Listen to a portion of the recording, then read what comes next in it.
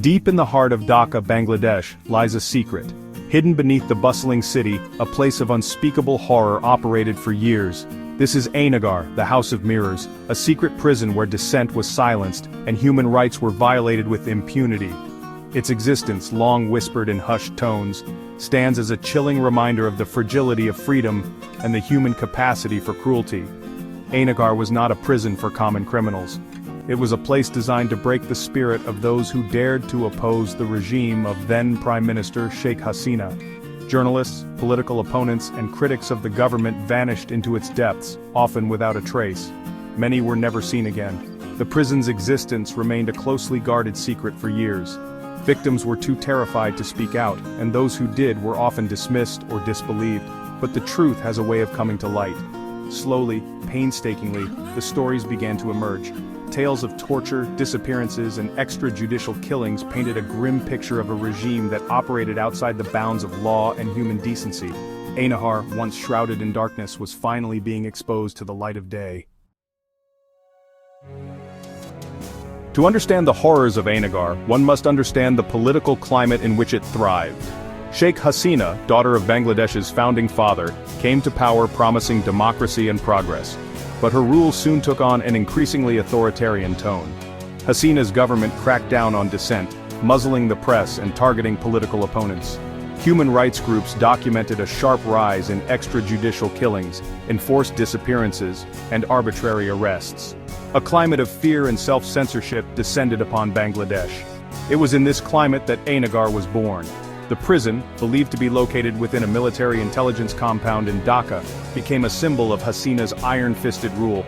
It served as a stark warning to anyone who dared to question her authority. Step out of line, and you could disappear without a trace. The Directorate General of Forces Intelligence, or DGFI, Bangladesh's primary intelligence agency, played a key role in the prison's operation. The DGFI, answerable only to the Prime Minister, wielded immense power and operated with little oversight. Ayanaghor became its secret weapon, a place where it could detain, torture, and even eliminate perceived enemies of the state without fear of accountability. The conditions inside Ayanaghor were designed to break the human spirit. Former detainees describe a living hell, where torture was commonplace and the most basic human rights were denied. Cells were small, cramped, and often windowless. Prisoners were kept in solitary confinement for months or even years on end, deprived of any contact with the outside world. The constant darkness, isolation, and lack of sensory stimulation took a heavy toll on their mental and physical health. Torture was an integral part of life in Ayanaghor. Detainees were subjected to beatings, whippings, electric shocks, and waterboarding. Sleep deprivation, forced stress positions, and mock executions were also commonly used.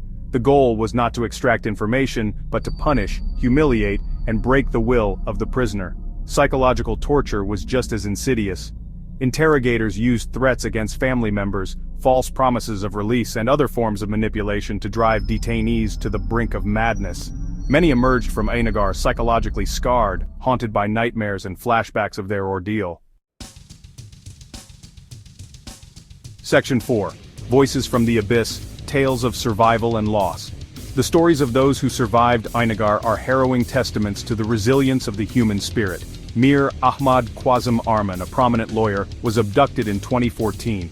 His family searched for months, clinging to hope. Arman resurfaced in Ayanaghor, emaciated and tortured. He recounted his ordeal to his family. His story, smuggled out, revealed Ayanaghor's horrors.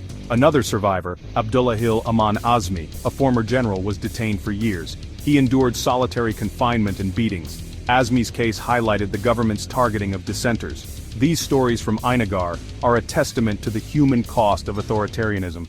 The fight for freedom and justice continues. Section 5. A legacy of silence and the fight for justice. The legacy of Ayanaghor casts a long shadow over Bangladesh. The prison is gone, but the scars on its victims and society run deep.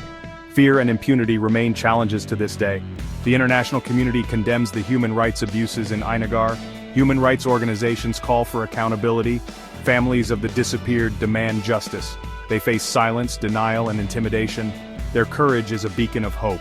The fight for human rights is never over. Stand up for silenced voices and hold power accountable. Only then can we prevent such horrors from happening again.